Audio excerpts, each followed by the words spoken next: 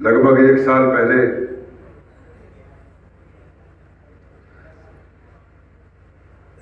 सबसे पहले बहुजन समाज पार्टी में आने का काम मेरे परिवार से यह कदम सबसे पहले मैंने उठाया था।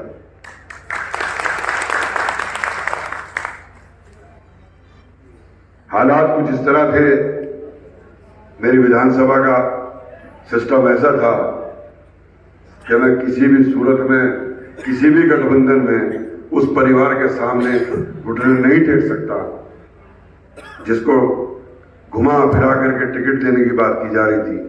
अगर कहीं से भी ना मिलता तो आजाद चुनाव लड़ता, लेकिन चुनाव जरूर लड़ता। और मैं शुक्रिया अदा करना चाहता हूं, धन्यवाद देना चाहता हूं अपने नेता को कि उन्होंने मुझे बुलाया, रात को 1:30 बजे ट्वीट करके मेरे टिकट का ऐलान किया। और तब मैंने अपने भाई से कहलवाया कि हमने जीवन के 40 साल राजनीति में लगा दिए। जब मैंने पहला चुनाव लड़ लिया, हमने तो बिना वजह विधायकों का अंबार लगा दिया, एक समाज के विधायकों का अंबार लगा दिया, लंढौरा से लेकर कर गंगो तक, और पता नहीं कहां तक विधायक बना दिया। और जब हमें जरूरत पड़ी तो 100 कोस में उनकी एक मां हो गई, हम देखते रह गए।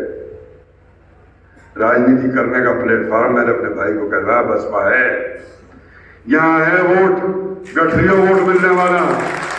ये वो जगह है कि जहां हम चुनाव लड़े, और ये बैठी है मेरी जनौता की टीम जिन्होंने मेरे में जोश भरा था। और उस टाइम मेरी मुकद्दर खराब, मेरी तकदीर खराब में कांग्रेस से चुनाव लड़ा, 63,000 वोट लिए, दोबारा लड़ा, 64,000 वोट लिए। और जब मैं अपनी कौम के लोगों से कहा कि मेरे पास आपके वोट है प्लस आपके मत बिखर जाना, इन्हें नजर आया अखिलेश यादव के जरिए जन्नत में जाने का रास्ता, ये चल पड़े सीधे जन्नत कमाने। और नतीजा क्या हुआ? अभी डॉक्टर राजीव साहब जिस बात का जिक्र कर रहे थे, इस पिछले विधानसभा के चुनाव में आदरणीय बहन जी ने आपकी कौम को 150 से ज्यादा टिकट दिए। अरे अकल तो हमारे पास ही नहीं है। तुम्हारे उलेमाओं ने कहा जहां जो जीत रहा हो बीजेपी को हराता हो उसे निकाल दो, लेकिन ये तो अखिलेश भैया को बचाना था।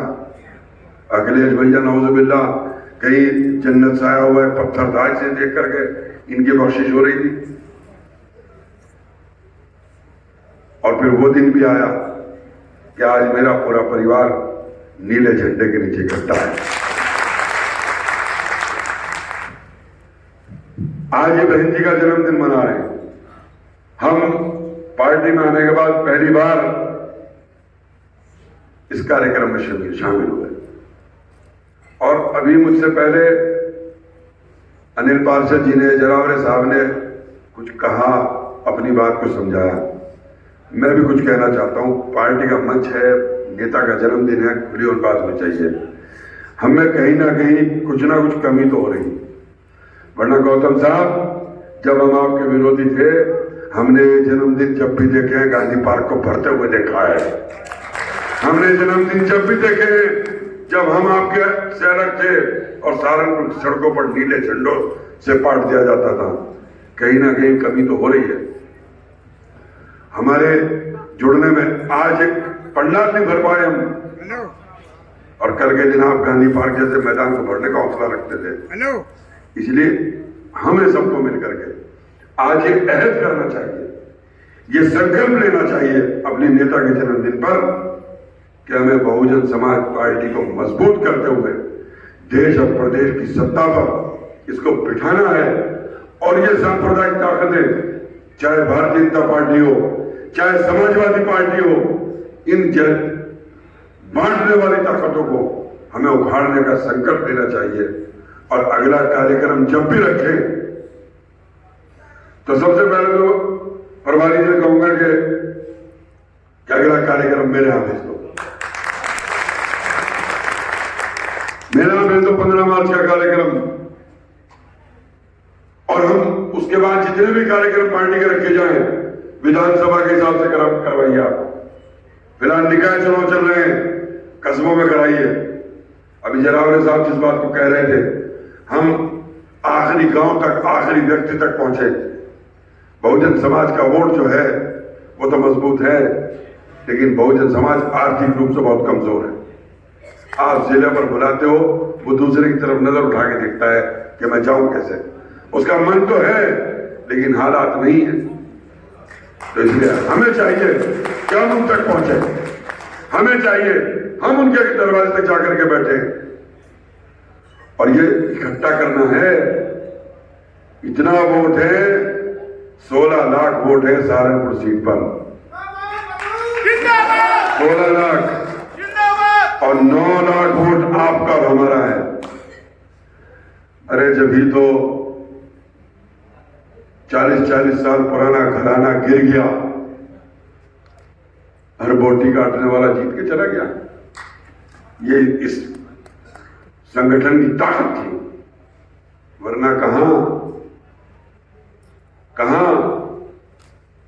इसलिए आपसे कहना चाहता हूं, इकट्ठा होइए। आज बहन जी के जन्मदिन पर हम और आप सब मिलकर ये संकल्प लें कि हम अपनी पार्टी के कार्यक्रमों को, क्योंकि हमारा संदेश ये जाना चाहिए कि आज बहुजन समाज पार्टी के झंडे के नीचे सर्व समाज, और जिनमें बुनियादी वोट हमारा दलित भाइयों का और मुसलमान भाइयों का है, ये बिल्कुल इकट्ठा हो गया है। तभी तो मेरे परिवार का, इमरान मसूद के नेतृत्व का तभी तो कुछ फायदा नजर आएगा, वरना कहां। पिछला चुनाव हुआ, अभी देहात विधानसभा से भाई जब सिंह जी की बात कर रहे थे, देहात विधानसभा सीट बहुजन समाज पार्टी हार जाए, सूखी लकड़ी को जिताने वाली